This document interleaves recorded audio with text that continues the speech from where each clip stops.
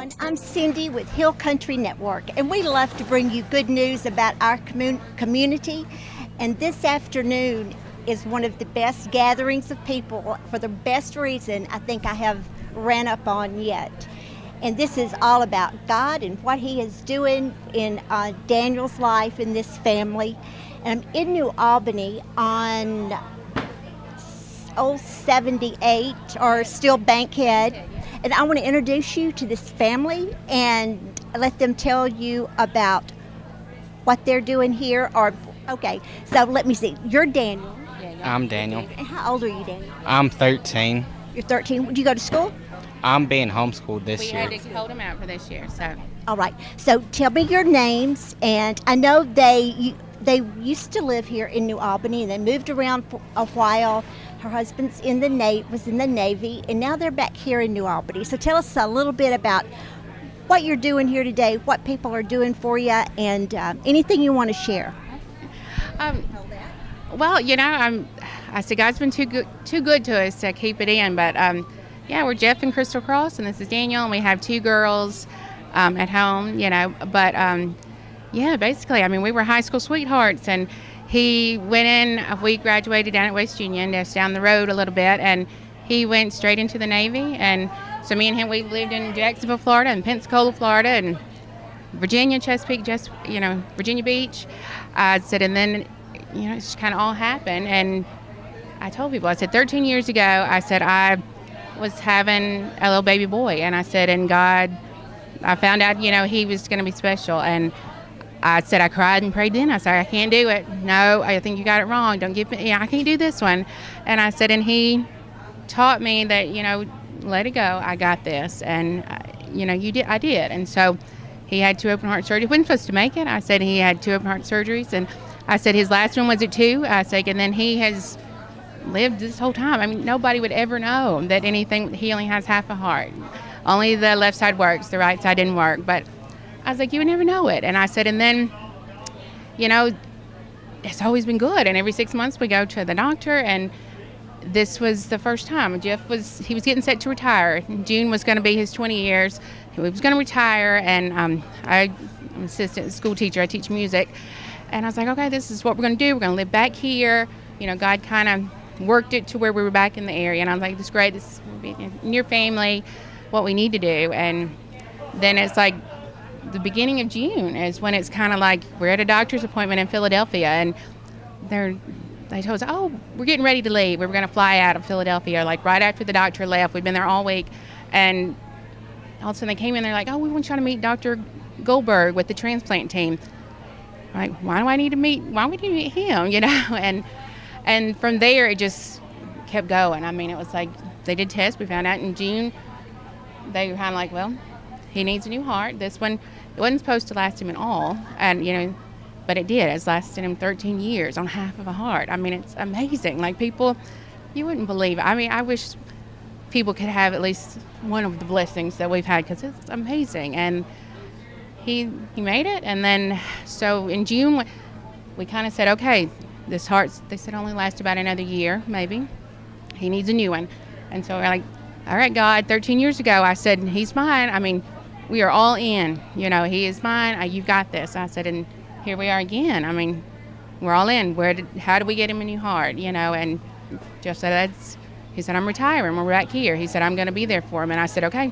I called the school. I said, I'm going to stay here with him because I got to take him. He had to go to a lot of doctor's appointments to get approved for the list. And I said, okay, I quit too. And then okay, well, let's move in with family to try to help us. We moved in with his mom, and God, we've done this. I was like, we went from 20 years doing this. We both, in like the past few weeks, got this. We're all in. You said, you told us that you got it, and just let go. And many a nights, like on your knees, crying and praying, saying, oh, I don't think you're right. I don't think we can do this, And I think it's 13 years, why now? And then he just reminded me like I need to be. I remember this conversation that we had 13 years ago when you said you couldn't do it. He said, you can. He said, I'm still here. By the end of June, we had done like the whole process, and he had got listed on the national transplant list, and He qualifies for an adult heart, so we're just kind of waiting. We have a bag ready.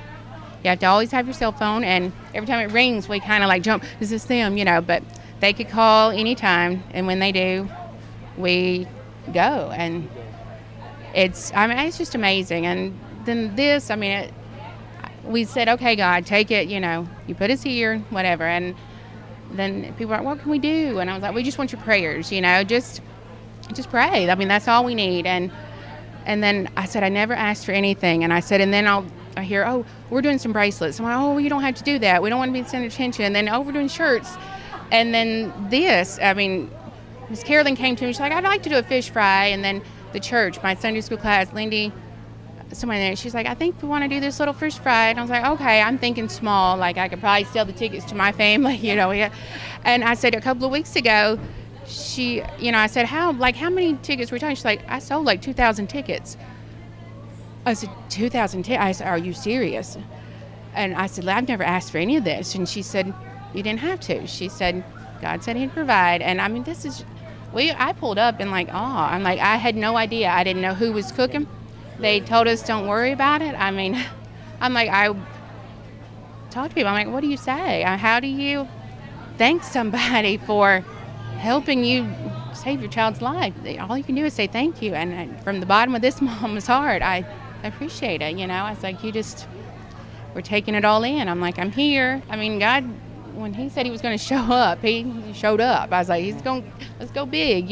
One of the other ladies, their phone rings, and she answered it, and she came back. She goes, you won't believe this. She said, that was somebody from Alabama, a guy, and he had ran across Daniel's story, and it caught his attention because he had a kidney transplant. And so he saw a number, and so he really wants to help. Okay, he saw we were doing a fundraiser, and like, over the phone, somebody that we will never meet, didn't know Daniel.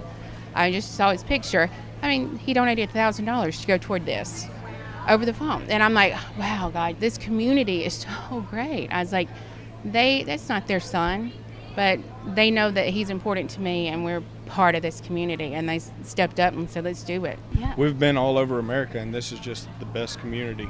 Just God's love pours out from everybody here. Yeah, when you've lived other places, you realize what a special place this is. They love him, and they said, okay, we'll have you get a heart. And so, I don't know, it's good. God has been good, and we're taking it every day. I had a checkup today. He's doing good. He's on medication right now. There's different types. There's a 1A, which is somebody who they need to stay in the hospital. They can't come home, but without their heart. On a ventilator or something in the hospital. He is a 1B, which means that he is at home. He's able to stay at home, but he's on lots of medication. He takes about 6 pills in the morning and about five at night, and they just increased it today. So we'll increase that, but his heart's still beating. It's still working with the medication. Kept him home because physical activity can kind of wear him out and stuff. And I was like, okay. The heat. Yeah, and the heat, and that's, and we were worried about this because he can't be it makes him sweat, and his heart works hard. He's only on one side, so you don't want it to overwork. No. I was like, and then we get here, and it's cloudy. I was like, it feels good. And I said, once again, God's like, I got it. We're just waiting, and he is doing so well. We were told that his name is popping up on the national list. He was offered one last week, about a week and a half ago. But they felt like he was doing so well that, that particular heart was a good distance away. It was a good distance away, and they thought it could go to somebody close. Yeah, he had to sign the paperwork. He's 13, and so they're like, went over everything. He had to be in every meeting and say, okay, yes, I want the heart, And then when we go to sign, he is in the generation they don't teach in cursive, and I say he didn't even know how to sign his name, so he had to practice first before he could sign the contract. And I was like, so he knows, and we pray. I say the biggest thing about this, I think, that's bothered me is that, I know that as much as I'm praying for my child, there's a mama that's going to be praying for hers. And I'd say, I tell everybody, pray for us, but let's pray for this donor family. I don't know where they're at, but I was like, they're going to hurt for a little while. Their perfect heart, it's out there. We know that it is. We don't know. It could come tonight, or it may be another month, 2 months. I was like, you just wait, It's in God's time. Yeah, I'd say every day God's showing. Yeah, every day God's showing up and showing out. I was like, so when he gets done with everybody doing this, it'll be time for us to go, and he'll have your heart. I said, God's been too good. I said, we didn't want to be the center of attention. I said, but when you've had this many blessings, you got to tell somebody because God's been too good to you, and so He's good. And I wish, if you don't know, my Jesus, I come talk to me because He's good. He's really good. Thank everybody, and thank you for this. There's nothing else you can say, but thank you. It's like he was sitting next to me, and he's telling you things, and he's like, I wrote your story. I wrote this. I wrote the beginning and the end. So trust me through the middle, and this, I'm 37, I'll be 38 next month. He's like, this last part of chapter 37's been interesting. He's like, just wait for chapter 38, 37, 38. Trust me through the middle. Please keep us informed. If someone wanted to give, do you have an email or a contact number? They can always give to the church, to First Baptist Church in New Albany. There's a GoFundMe, Daniel Cross. The church has set up a fund. You can go to any bank here and say the Daniel Cross Fund, and they know benefit account. They know. I mean, I don't even know how much is in it. They're like, you're going to be blessed. I mean, they set that up. There's another account. The GoFundMe is hashtag A Heart Like Daniel. So ask that people consider organ donations, Yes. and blood donations as well. That has this whole experience has opened our eyes to the need for that and everywhere. I'm glad that you mentioned that because I was thinking while you were talking about how important that is. And hopefully that will be a message that a lot of people get and they'll check that off. You don't think about it. I mean, I had never thought about being an organ donor. I was like, no, I was born with it, I'm going to leave with it, And then all of a sudden when you're sitting there and you're praying, oh gosh, I know that there's a mama that don't want to give up, but please let her know it's okay because the heart's going to go to somebody. I was like, it helps you realize, when you don't need it anymore, God made it, and give it to somebody else. Let them live a little bit longer. It's just your earthly body. Yeah, you don't need it. Pass it on. And I said, we would have never thought about that. I said, I don't give blood. I said, it's not my thing. I said, but then we start talking about this, and again, small town, and God knows what He's doing. Somebody reached out through a friend, and they knew me, and she's like, hey, I work for the blood services, and she said, I'm going to get you set up. Let's get some blood insurance. I was like, I didn't know you needed insurance on your blood. She's like, well, if you need a whole lot of it, we need to do it. And so then it's like you realize there's a need, and I mean, if he needs it, I want it to be there. And so it's like, oh. So there is actually a blood drive coming up at our school. They're gonna do it. Like I said, we graduate. He gets a little tired. He's been up for a little bit. You need to say yeah. Okay, go sit. He spends a lot of time in his room. He gets up and he tries to stay a little bit active, but he can't keep up, and he's okay. We're okay with that. I'm like, you know what? If he sits there in his room for a little bit and plays video games, I'm okay.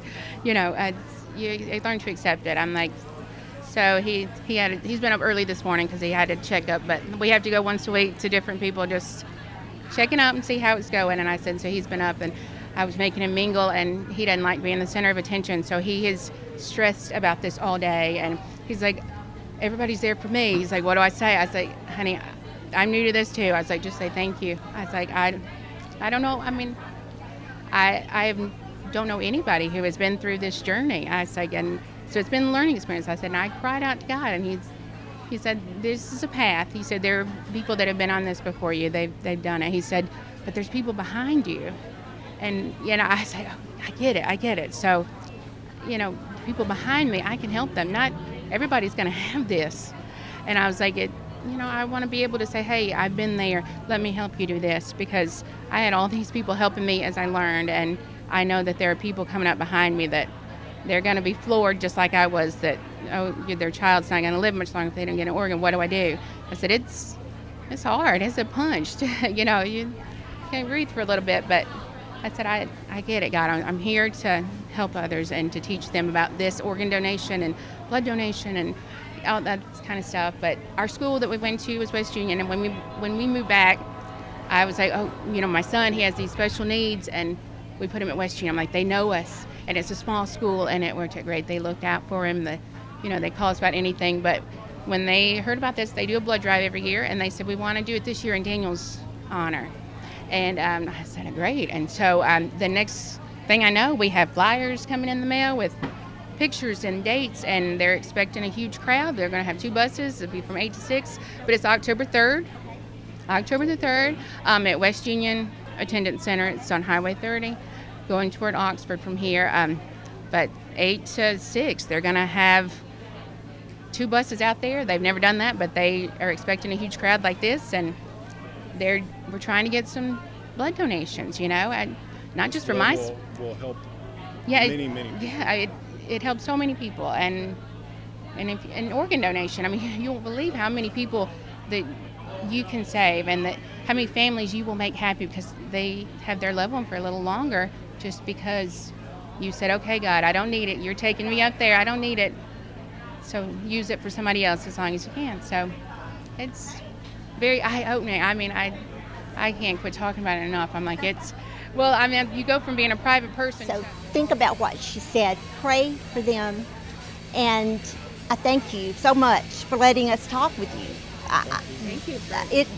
It's been good. You're welcome. You're welcome. And I hope that we can check in with you, or you can let us know how it's going, and maybe we could revisit after his heart transplant and he feels better. Okay.